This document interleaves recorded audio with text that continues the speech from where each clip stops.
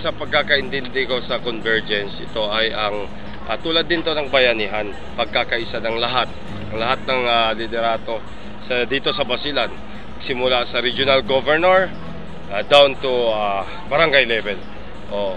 Pero ang nag-initiate nito ay ang ating mahal na regional governor.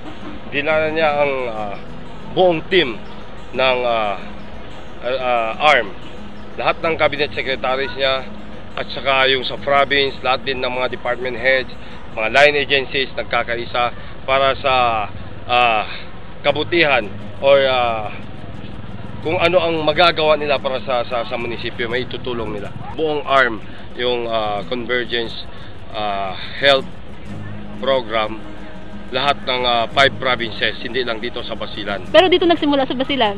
Dito nagsimula sa Basilan. Sali ang Lanao, Maguindanao, Tawi-Tawi, Holo, Sulu. Tulad ng Medcap. Doon sa Haji Mutamad? Sa Haji Mutamad may Medcap, may yung sa BFAR. Siyempre alam natin ang kabuhayan sa isla ay more on fishing. So nabigay sila ng mga fish net, tapos mamimigay din sila ng para sa payaw, yung sa mga tuna. Lahat kung ano ang yung gamit para sa fishing, sinusuportahan ng BFAR. Nais ko po kayong imbitahin sa ngayong darating na anniversary ng Basilan, Karadyan Basilan at Pagsabihan.